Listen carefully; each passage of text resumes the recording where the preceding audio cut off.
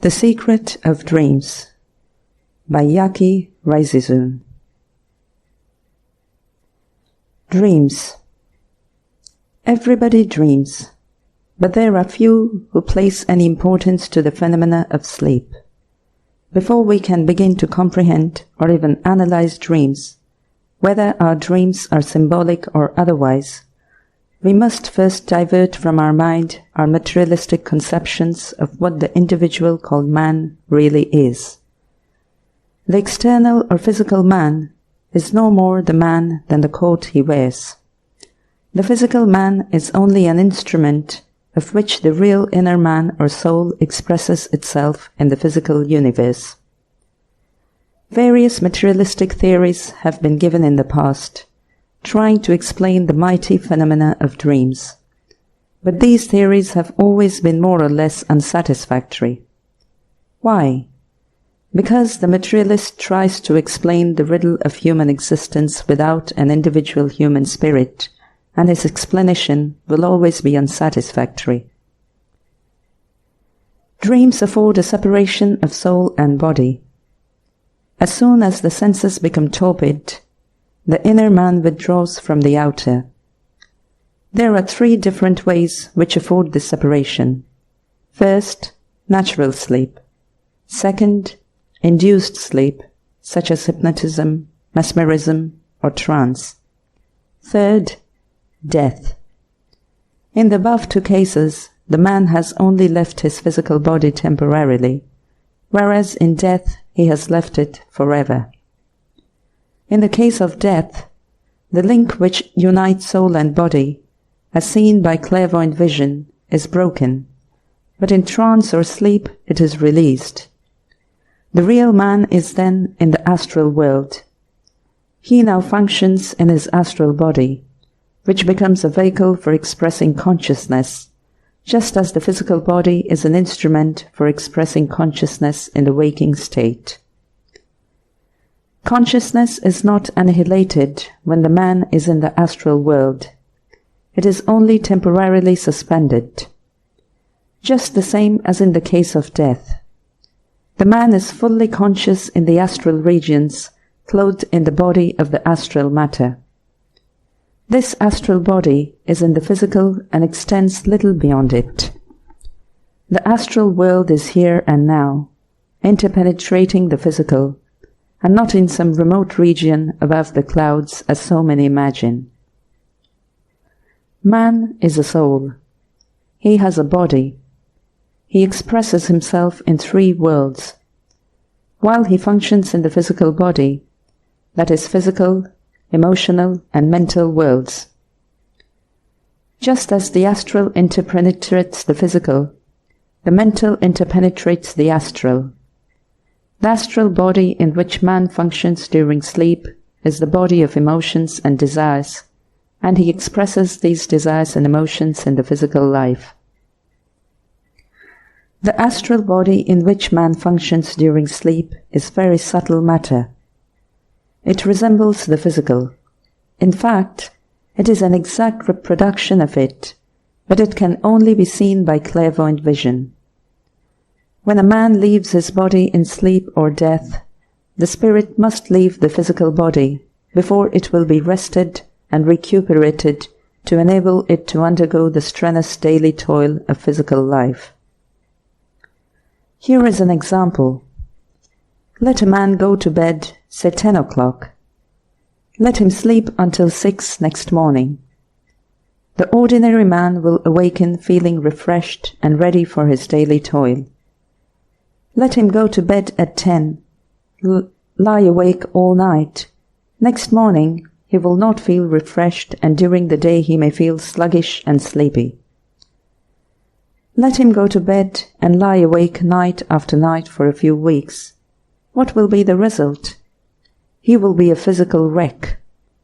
Although he may have the same amount of hours lying in bed, he will not feel recuperated and refreshed until he has had his natural sleep, and this can only come to pass. When the soul or spirit withdraws from the physical body is not the man. and as long as our materialistic writers, who endeavor to interpret dreams, fail to grasp the nature of the inner man, the real self, they will be forever groping in the dark. The first question that naturally arises in the mind of the layman is this: how can a man leave his body in sleep and continue its natural functions such as digestion, circulation of blood, etc.? We do not consciously direct the circulation of the blood or any of the natural bodily functions during our waking state. These things go on whether we will them or not. Although the spirit leaves the body in sleep as previously stated, there is still a magnetic connection with soul and body.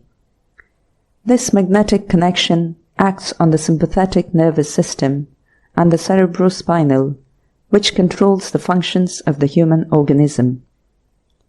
In sleep, the astral man may be in the immediate vicinity of his sleeping, recuperating physical body, or it may be thousands of miles away in space.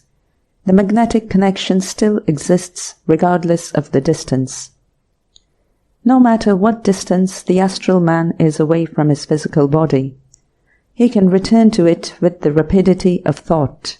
As the saying is, for it is the soul that thinks, the brain is only an instrument of the soul. Many of our dreams may be attributed to subconscious memory, for when our mind is centered on a certain train of thought, these thoughts are apt to filter through into the conscious state in sleep. The subconscious memory cannot be truthfully called a dream, for it is only a memory of something we have previously perceived in reality or imagination. One only has to examine his subconscious dream in the light of reason to eliminate them. Telepathy does explain some of our dreams, for just as it is possible for minds to receive telepathic communication or thought transference from another in the waking state, it is also possible for the so-called dead to have telepathic communication with the living. For thought is a power, its limitation is unknown. While many of our dreams may be traced to subconscious memory or telepathy and happenings of material affairs of our daily lives, others are undoubtedly the astral happenings of the ego while functioning in the etheric regions. There we meet not only the misnamed dead, but also many of those who are still in the physical body. And let me state here that many of our difficult problems of physical life are worked out in sleep. The old axiom, "I will go to sleep on it," has a greater significance than is generally attributed to it, for sleep and dreams have more to do in shaping your lives than you have any idea of. You can go to school in sleep and study anything you are studying in physical life and make marvelous progress. This requires much training, however. Keeping the mind free from evil thoughts is most essential to enable the sincere investigator to enter that larger state of consciousness, for the thoughts of our waking state have a more or less effect on the ego during sleep. Every individual harbors a certain train of thought. Whether at business or pleasure, this train of thought has a tremendous influence on the ego. In fact, it shapes one's destiny. Choose well your thoughts, for your choice is brief and yet endless. Annie Besant in Thought Power. Man may be said to live two lives in one when he is fully awake and the other when he is sound asleep.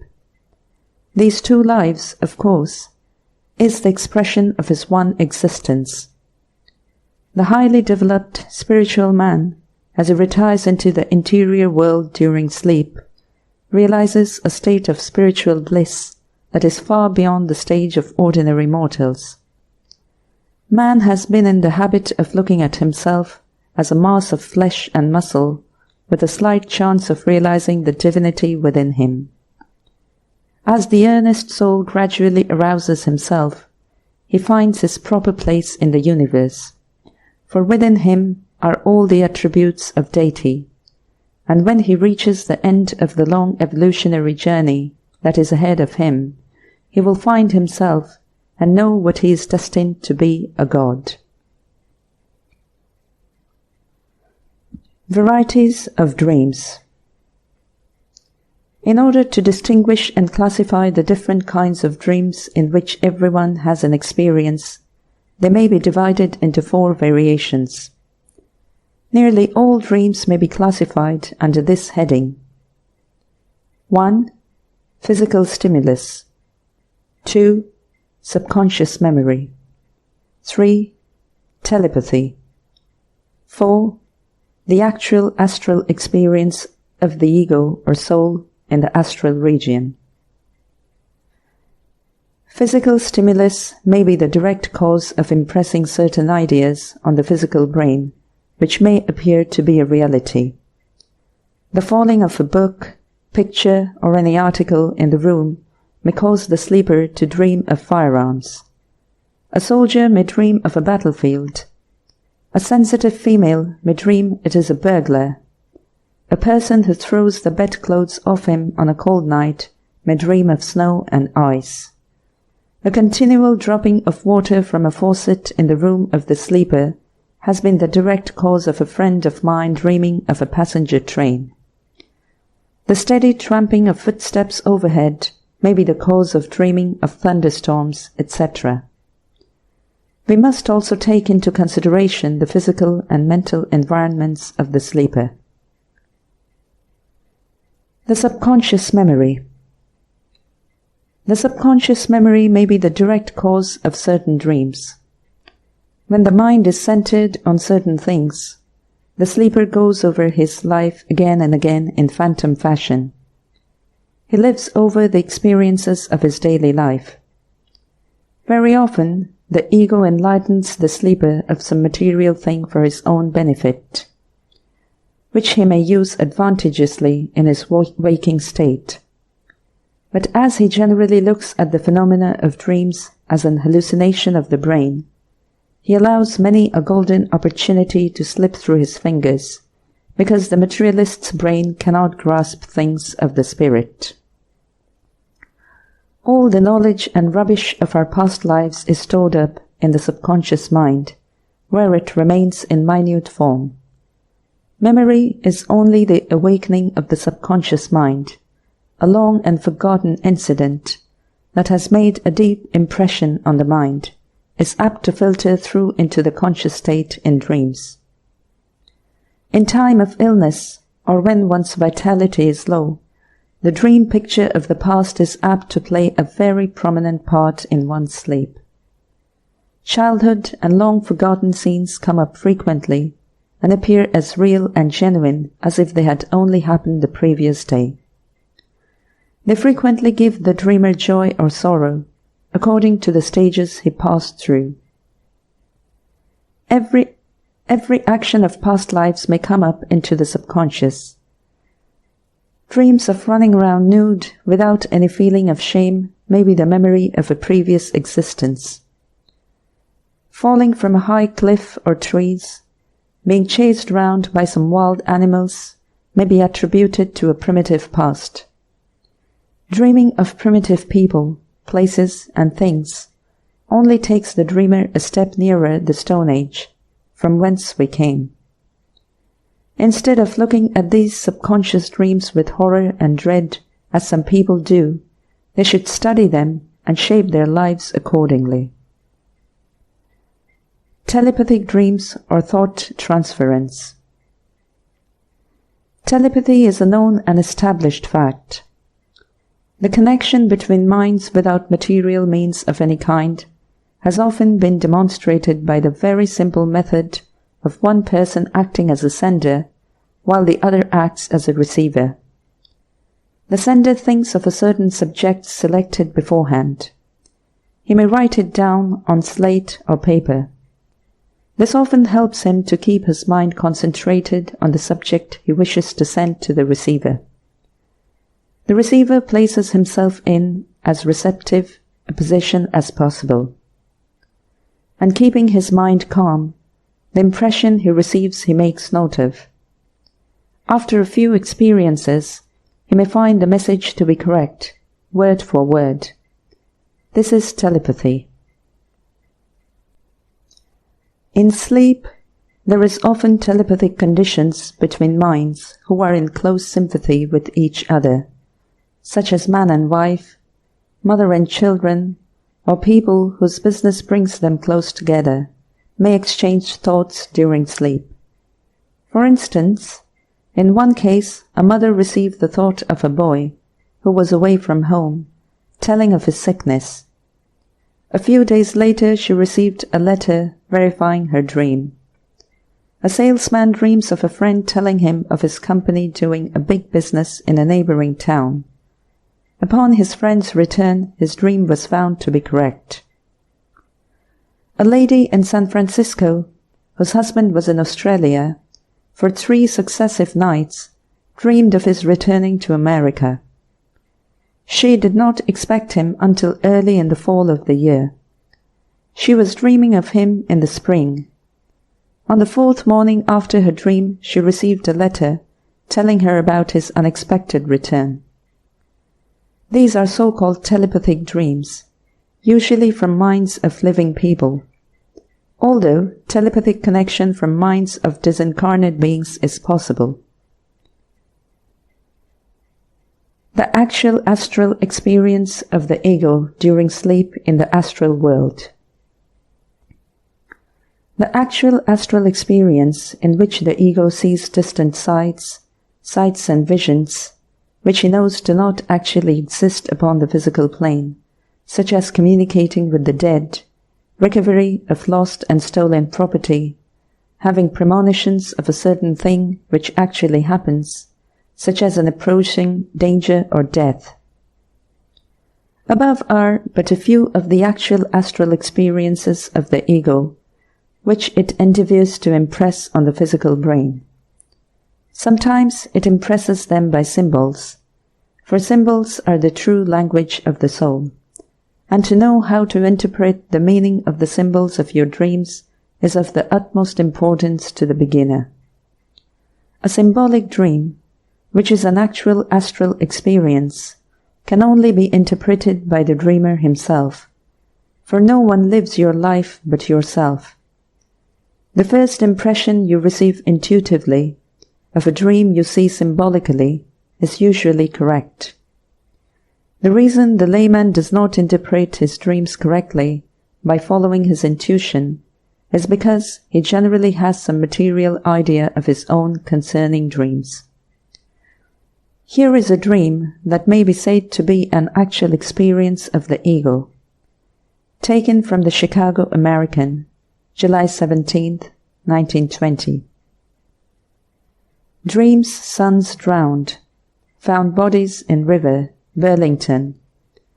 The dream was responsible for the finding of the bodies of George Raymond Jr., 14 years, son of George Raymond, and his uncle, Winford Raymond, in the Lamoille River at Fletcher. According to Winford's father, the vision of the boy's mother appeared before him in a dream and directed him to look for the boys in the river. They had been absent from home since Sunday. The dream was so vivid that the father wakened and at 2 o'clock went to the river bank, where he found the boys' clothing. At daybreak, the bodies were recovered. Here is a dream of the so-called dead, who, many believe, exist in a state of dreamless sleep or annihilation, appearing in a vision, and so impressing on the astral brain of the sleeper where the boys' bodies were, that he actually brought the vision or astral experience through into the waking consciousness. Here is proof of a mother looking over her children, even if she is separated from them through the doorway of the tomb. No sane person today can actually believe the tomb to be the doorway to the night of oblivion. Many of the misnamed dead are present, and when we go to sleep at night, we meet them and converse with them, just the same as if they were inhabiting their mortal bodies. We do not claim, however, that the dead are all-knowing, but free from the physical bodies, the spiritually enlightened ones have a broader vision of things, especially if there is a close sympathetic feeling between the dead and the living, as there appeared to have been in this case, for the conditions must be absolutely harmonious before one may bring his actual astral experience into the waking consciousness. An interesting case of the dead appearing in a dream was as that of Mrs. Mary Mange, 15 West Schiller Street, Chicago. Mr. Charles Peterson, former lieutenant of the Danish army, was a roomer with Mrs. Mange for a number of years. He had no relatives or near friends in America. Mr. Peterson had been ill for some time with asthma and finally was taken to the Hahnemann Hospital, 2814 Ellis Avenue, Chicago. In less than a half hour before she received the telephone call telling of his death, she suddenly awakened and told her husband Mr. Peterson had appeared to her in a dream. She states, "He appeared in a white cloud and seemed well and happy.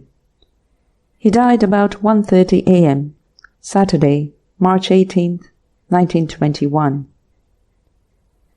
It was an easy matter for C. Peterson to appear in a vision to the only one who had shown any sympathy and kindness towards him during his illness, and his landlady being asleep was functioning in her astral body, which becomes a vehicle of consciousness, and as there was sympathy between the two, it was possible for her to retain her astral vision in waking suddenly as she did. The dead are not dead at all, as many imagine. This man is only physically dead because he has lost his physical body. He is not intellectually and emotionally dead because he has not lost that part of his mechanism of consciousness, which is the seat of thought and emotion. The physical body only allows us to express ourselves in the physical world, but it is not the man any more than the clothes he wears. Extract from the Sunday Herald Examiner, May 8, 1921. New ghosts are writing poetry by universal service. Paris, May 7th. Can a ghost write poetry? You betcha, says Baron Maurice de Welfay, the French satirist, who tells of a remarkable book of spirits poems just published in Paris under the title of The Glory of Illusion. 3 years ago died Judith Gautier, niece of Théophile Gautier, and left a collection of slightly passionate novels and collections of poems which were circulated among friends. One of these friends was a girl, Judith's most intimate companion. A year after Judith's death, this girl dreamed a dream. In the dream, Judith appeared and commanded her to seize a pencil and write to dictation. The result was a series of poems of an exoteric character, which are triumphs of meter and scanned perfectly. They are published in the name of the girlfriend, Mille. But Mille Zundel says they are not really her works at all, but were directly dictated by her dead friend. Previous to Judith's death, Zundel says she never wrote a line of poetry. Here we have direct proof of an invisible intelligence directing this young lady to write poems, which she admits she never wrote before her friend's death. The materialistic skeptic, who is always ready to interpret dreams as coincidences, cannot call this a coincidence before the testimony of such facts when they are brought to the eyes of an intelligent public. The would-be interpreter of human existence remains baffled and silent. They can neither deny these facts, nor do they dare to explain them. Friday, May 6, 1921, Chicago Daily News. by Marion Holmes. Dear Marion Holmes, I should like, just out of curiosity, to get the opinion of some of your corner readers, as well as your own, on the enclosed sketch of a dream I had when working out west.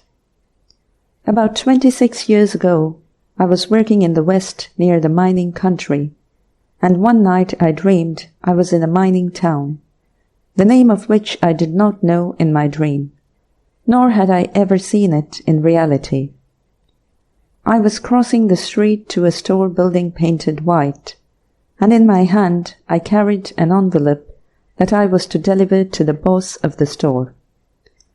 When I arrived at the center of the street, I was met by 3 men who were coming from the opposite side, one of whom stopped me, saying, "Come with me, and I will show you where there is a gold mine."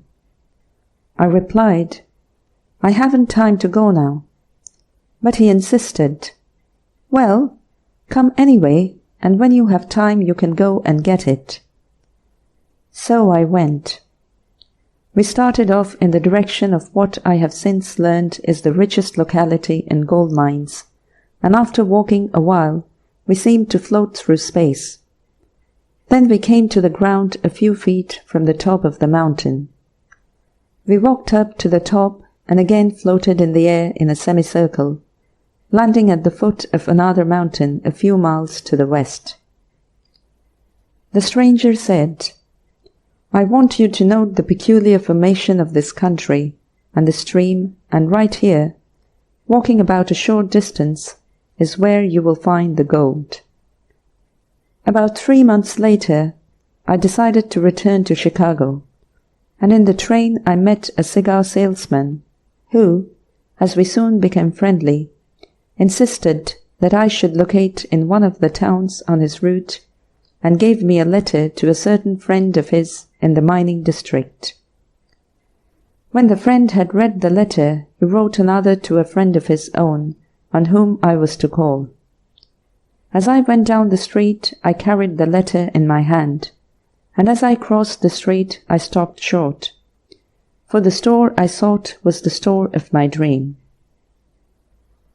3 years ago, at a summer resort where a company of us were telling strange dreams, I remarked that the weak part of my dream was that one of my guides was supposed to be a dead relative of my own, and my mother remarked at once, "I had an uncle, a prospector, who died out west in the mining country, but nobody ever knew just where."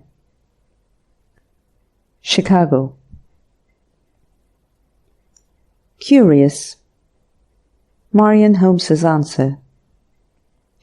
Dr. Peterson, the New York neurologist, in a recent magazine article on dreams and their meaning, points out that many dreams thought to be prophetic can be accounted for physiologically, and avers that there never was a purely prophetic dream. He would contend, no doubt, that your waking thoughts having been a good deal engaged with Western life, your dream carried the same train of thought straight through. He would probably characterize the incidents of the rich mines, the store and the relative as merely coincidental. Yet, as the writer of a textbook on mental philosophy observes, to call such dreams coincidences leaves the mystery as great as before. It is evident Curious is not as curious as what he signs himself. If he had investigated his dream, he may have found it to his advantage. Warden dreams of jail delivery, false attempt. Chicago American, February 24th, 1921. New Orleans, February 24th. Because Captain H. J. Ruffier, warden of the House of Detention, dreamed there was a jail delivery on, a general effort to escape from the prison was frustrated. 40 prisoners confined in one big room, on the Tulane Avenue side of the building, were detected working at the bars of a window and picking at brickworks under another window when discovered. This dream may be attributed to mental telepathy. The prisoners evidently have been planning their escape for days, creating thought forms. It was possible for the warden in sleep, out of his body, to be mentally impressed of the delivery and bring it through into waking consciousness. Dreaming to some purpose. Chicago Daily News, February 24th, 1921. Huntington. Mrs. Mattie Estep was told in a dream to write songs. She did so, and 2 of them were accepted and published in New York. Paints picture in dream. Ghost guides her brush. Chicago Evening American, June 8, 1921. Peoria is all excited today over the announcement by Benjamin H. Serkowich of the Peoria Art League that a canvas painted by a woman in her dream with the hand of the immortal and long since departed Whistler guiding her brush is on display at a local theatre, mezzanine floor, which gave space to the annual exhibit of the League. Mrs. William Holy Smith, wife of Dr. W. H. Smith of Peoria, is the woman. She and her husband are among the wealthiest and most socially prominent families in Peoria. Dr. William Holy Smith is well known as a student and writer on sociological problems. Both he and Mrs. Smith claim to have frequently received spirit messages from the dead. Several weeks ago, Mrs. Smith says she was sleeping soundly when Whistler appeared in a dream. The famous artist commanded her to don her artist smock and get her brushes, paints, and palette. Then she translated to canvas the instructions he imparted, and frequently his hand guided her brush. She worked feverishly all night, and in the morning awoke fatigued, but the picture was finished. Chicago Tribune, Saturday, March 12th, 1921. Dreams being led to the hiding place of missing girls. Mother's vision of a daughter comes true. Girl of my dreams. Sounds like the title of a new song, doesn't it? The girl is Evelyn Niedziko, 17 years old. She lives at 3939 South Campbell Avenue. Last Wednesday night she disappeared from home. That night and on Thursday night her mother dreamed of her. In both dreams she saw her daughter enter a flat building. It seems to her in her dreams it was on Cottage Grove Avenue, near 27th Street. Last night, Mrs. Niedziko reported the girl's disappearance to the police. Lieutenant Ben Burns, to whom the mother talked, asked her if she had any idea as to where the girl might be staying. She told her dreams. Told to go through with it. Do you think it would be any use to go over to Cottage Grove Avenue and look around? She asked. I haven't much faith in dreams myself, and I guess the police would think I was crazy if I asked them to make a search on the strength of a dream. Lieutenant Burns believes in dreams and hunches and such things, and he advised Mrs. Niedziko to go through with it. Mrs. Niedziko went over to Cottage Grove Avenue and walked around until she saw a flat building that looked just like the picture that had come to her that night in a vision. She had seen her girl sitting in a dining room of such a flat. The house proved to be 2727, mystic numbers. The family of William Lewin lives there. Get police to help find girls. Mrs. Niedziko went to the Cottage Grove Avenue police station and asked for help to search the flat for her girl. She did not say anything about her dream for fear they would laugh at her. Detectives Pierrot and Fitzgerald accompanied her to the building. In answer to the ring, Evelyn herself came to the door. Evelyn had been visiting a friend. The mother had, no doubt, been thinking daily of her daughter's disappearance and unconsciously impressed the idea on the ego. And as the ego carries out the impression of our waking state, she actually brought the knowledge of her astral experience into the waking consciousness. And the intense desire on the mother's part was the direct cause of her bringing the same experience through 2 successive nights, showing the ego can impress on the mind important information.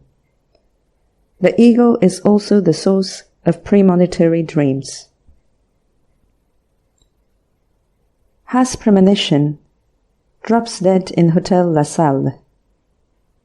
Chicago Evening American, Friday, March 25th, 1921.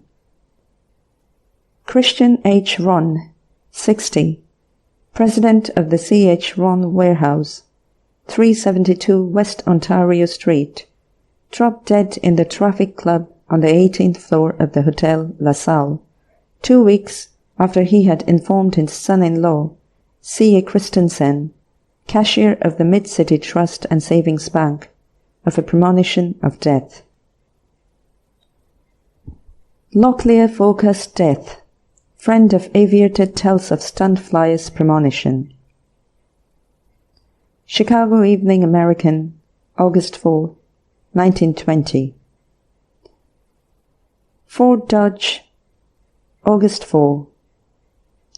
Lieutenant Homer Locklear, famous stunt flyer, killed in a fall at Los Angeles Monday evening, had a premonition several weeks ago that he would meet his death this summer, according to Shirley Short, Goldfield, Iowa, original Locklear pilot. Short was married recently and is passing his honeymoon at his home. He left Locklear in Canada 3 weeks ago and had planned to rejoin him in a week. For more than a year we went together doing stunts, said Short. During that time Locklear laughed at the idea of danger until about a month ago. It was shortly after I left him that he became depressed and told me several times that he would get knocked off this summer. It worried me because it was so unlike Locklear. Writes death poem on fatal plane flight. Chicago Evening American, June 11th, 1921. Washington, June the 1st. How Lieutenant Cleveland W. McDermott penned a death poem in the plane in which he and 6 others were crushed to death Saturday night was revealed here today. It is the story of perhaps the most remarkable premonition of death that ever has been recorded before the fatal flight. McDermott, who was a seasoned World War veteran and accustomed to hazardous flights, wrote 7 letters to as many friends. These he placed in the hands of a fellow officer with instructions that they be mailed in the event of his death. The poem was discovered in the lieutenant's personal effects, written on a piece of scratch paper. It had been stuffed in a breast pocket of his uniform. The writing was scraggly, due to the vibration of the motors. This is the death poem. Another hour and far away I fly. A last farewell to my friends I cry. Then up to the rosy dawn in flight, a battle with the elements I must fight. Lost in the fog and mist and rain, tossed hither and yonder I strive in vain. To again win out as I have in the past, little I knew this was to be my last. Sharp crash, and my wings are broken back. Every wire is useless with too much slack. Down, down I swirl and slip and spin, thinking only of all my worldly sin. The earth seems rushing up to me, while rigged crags raise their heads to greet me. As twisting and twirling downward I swirl, I bid a sad goodbye to a little girl. Lower down into the trees I crash. My plane and I have gone to smash.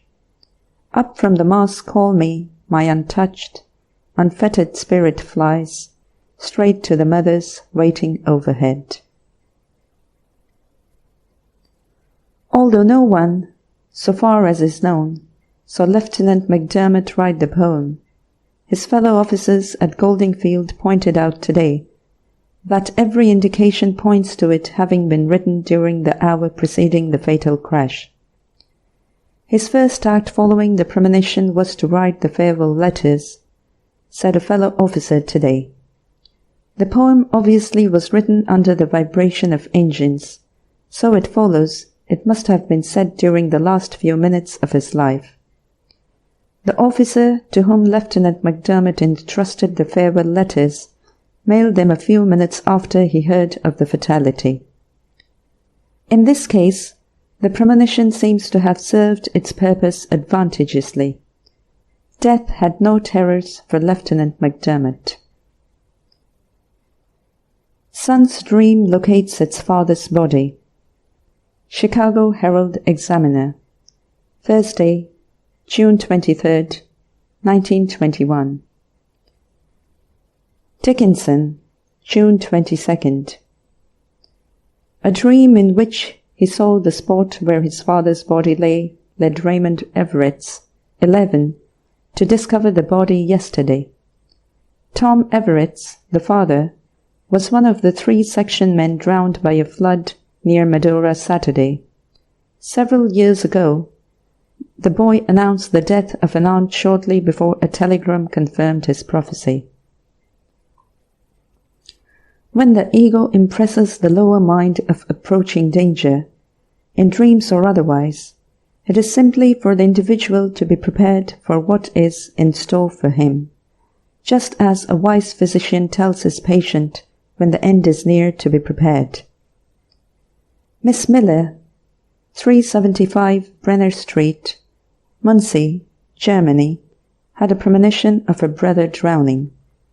She states, "My brother was a great swimmer. 2 weeks before he was drowned, I had a premonition of his death. In my dream, I saw him diving into the river. His head struck a rock.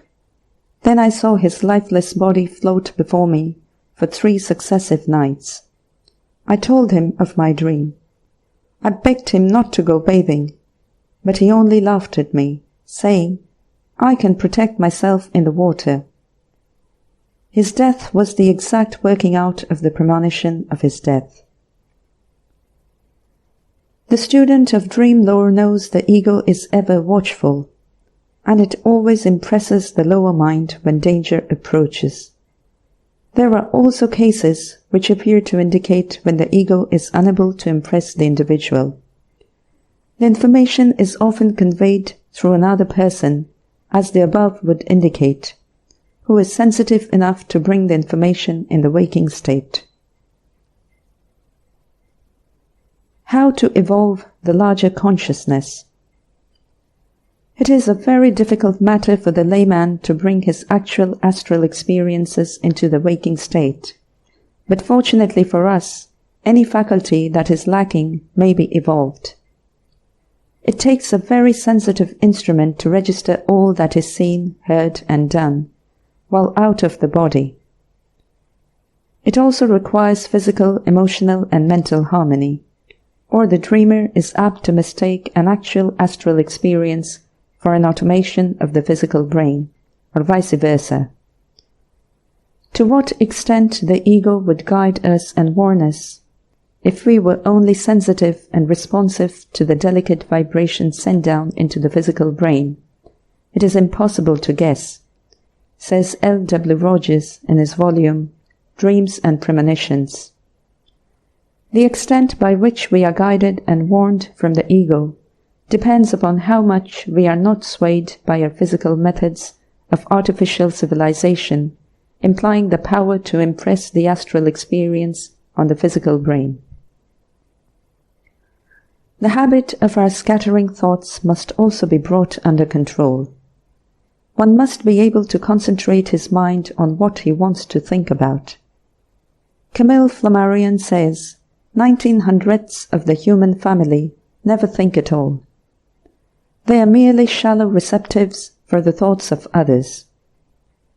As you acquire the habit of controlling your thoughts and with the emotions well under control, then you begin to turn the consciousness back upon itself. And as the sleeper lays his body down to rest, he gives the ego an opportunity to impress itself on the lower mind. Gradually, the mind is brought under control. This connects the two different states of consciousness. At first you beg in to see pictures, landscapes, faces, etc., only for a flash. Then you will fall into unconsciousness. Once the state is attained, if continued, the rest will not be so difficult. With practice, you will be conscious of yourself leaving your body, conscious of yourself looking down on your body asleep, and seeing yourself going on a journey to inspire a friend or to acquire some knowledge of something you are studying in physical life. In this way, you make your nights, as well as your days, to be of assistance to others. Your nights may be made useful even if you are not conscious of yourself out of the body, by suggesting to yourself upon retiring that you will go somewhere and meet someone and assist them in an unselfish act.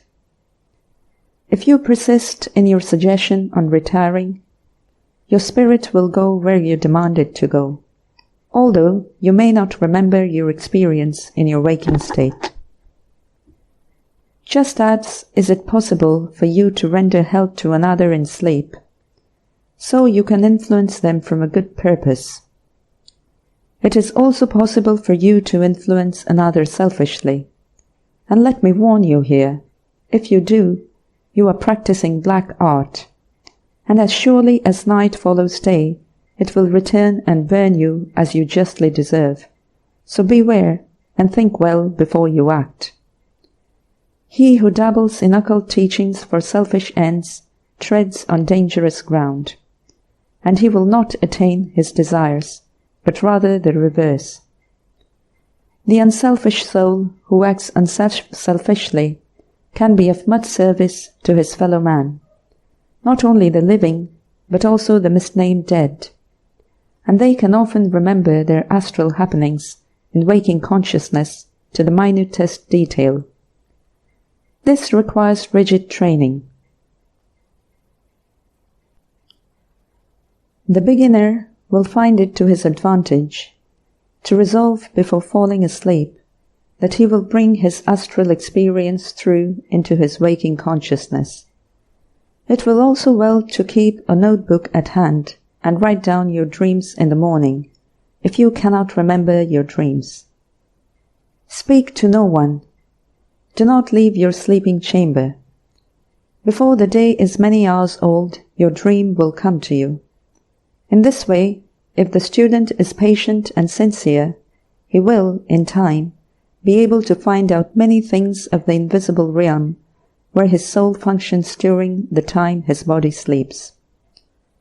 I do not claim that our physical plane affairs should be guided entirely by dreams, nor are dreams of the fortune-telling variety to be relied upon.